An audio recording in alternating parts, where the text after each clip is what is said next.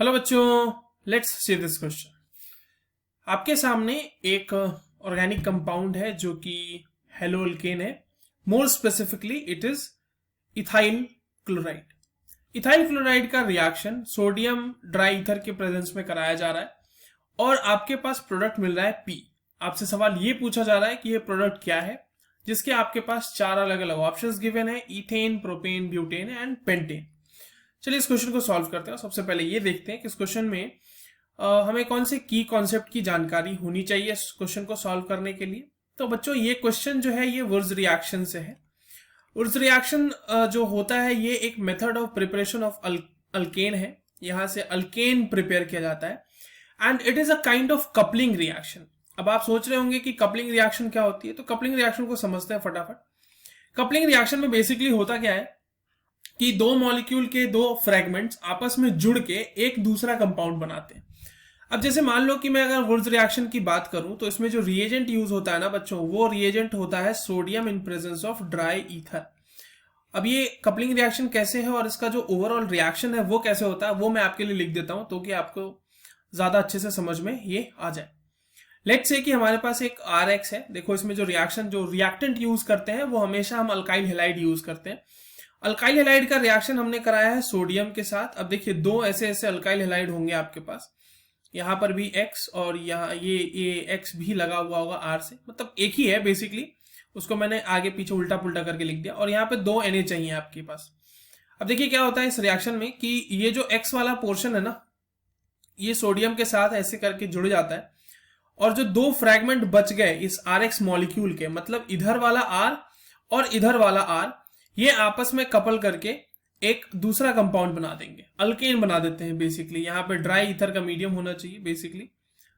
यहाँ पर भी ऊपर जो है ना ड्राई ईथर ही लिख लेते हैं, ज्यादा बेहतर रहेगा। यहाँ पे ये ईथर की जगह पे यहाँ ड्राई ईथर ले लेते हैं, ठीक है, ताकि आपको कंफ्यूजन ना हो। चलिए ये हो गया हमारा। अब देखिए हमने ड्राई ईथर की प्रेजेंस में इसका जब रिएक्शन कराया तो हमारे पास जो कंपाउंड बना वो बना R और R आपस में जुड़ गए एंड दैट इज वाई मैंने आपको बताया ना कपलिंग रिएक्शन में दो अलग अलग फ्रैगमेंट्स, यहाँ का R और यहाँ का R आपस में जुड़ गया और साथ ही जो बाय प्रोडक्ट आपको मिला है वो मिला है 2NaX। X जो जनरली यहाँ पे यूज करते हैं वो हम क्लोरीन और ब्रोमीन यूज करते हैं, जनरली यही यूज होता है। चलिए अब हमारे पास जो क्वेश्चन गिवन है उस पर आते हैं और हमारे पास जो इथाइल क्लोराइड है उसका रिएक्शन करा देते हैं हम। चलिए तो ये जो हमारे पास ethyl chloride CH3 CH2 Cl, इसका जब हम रिएक्शन कराएंगे सोडियम के प्रेजेंस में और ड्राई ईथर के प्रेजेंस में, यानी कि सोडियम ड्राई ईथर के प्रेजेंस में, तो ऑब्वियस सी बात है कि जो हमारा कंपाउंड बनेगा वो CH3 CH2 लग के दो ऐसे ऐसे फ्रैगमेंट लग जाएंगे। तो एक मॉलिक्यूल का CH3 CH2 और दूसरे मॉलिक्यूल का CH3 CH2, ये हो गया हमारा कंपाउंड और ये बन गया हमारा ब्यूटेन, राइट। ये हमारा जो कंपाउंड है ये ब्यूटेन है और हमारे पास जो बाय प्रोडक्ट मिलेगा वो मिलेगा NaCl, 2NaCl मिलेगा ऑब्वियसली, क्योंकि इसके दो मोल यूज होंगे यहाँ पे, क्योंकि हमारे पास इसको कपल करने के लिए चाहिए ना दो ऐसे ऐसे मॉलिक्यूल्स चाहिए। तो अब ये रिएक्शन पूरा हो गया आपका। ना एक चीज समझिएगा, मैकेनिज्म इसका मैं थोड़ा सा इसके लिए शॉर्ट में यहाँ पे आपके लिए मैकेनिज्म एक्सप्लेन कर देता हूँ इसका, ठीक है। मैकेनिज्म देखिए कैसे होगा। जब क्योंकि आपके पास सोडियम है, सोडियम मेटल, ये क्या करता है सोडियम आयन में कन्वर्ट हो जाता है और इलेक्ट्रॉन दे देता है।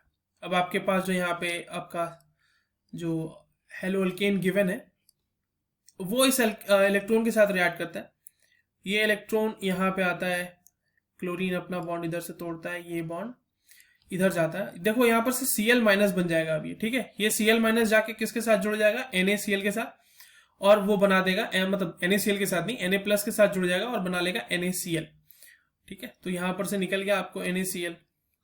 हालांकि इसको इस तरह से नहीं लिखेंगे NaCl, Cl माइनस ही लिख दूंगा मैं बाद में। चलो माइनस Cl माइनस लिख लेते हैं यहीं पे। Cl माइनस निकल गया, ये बन गया आपके पास एक radical CH3 CH2 radical. Now it will again except one electron, ये एक इलेक्ट्रॉन को और एक्सेप्ट करेगा और after accepting an electron it will form CH3 CH2 minus. Now the CH3 CH2 minus will attack on the another molecule of ethyl chloride. ये इस तरह से ये नेगेटिव चार्ज यहाँ इस कार्बन पे अटैक करेगा, यहाँ से Cl बाहर निकल जाएगा और फाइनली आपका compound CH3 CH2 CH2 CH3 बन जाएगा, which is butane. So this was all about this question. अब देखो इसमें बाकी तो नहीं बन सकते ना, इथेन भी नहीं बन सकता, प्रोपेन भी नहीं बन सकता, पेंटेन भी नहीं बन सकता, So the correct answer for this question is option C, butane. I hope you understood this well. All the very best.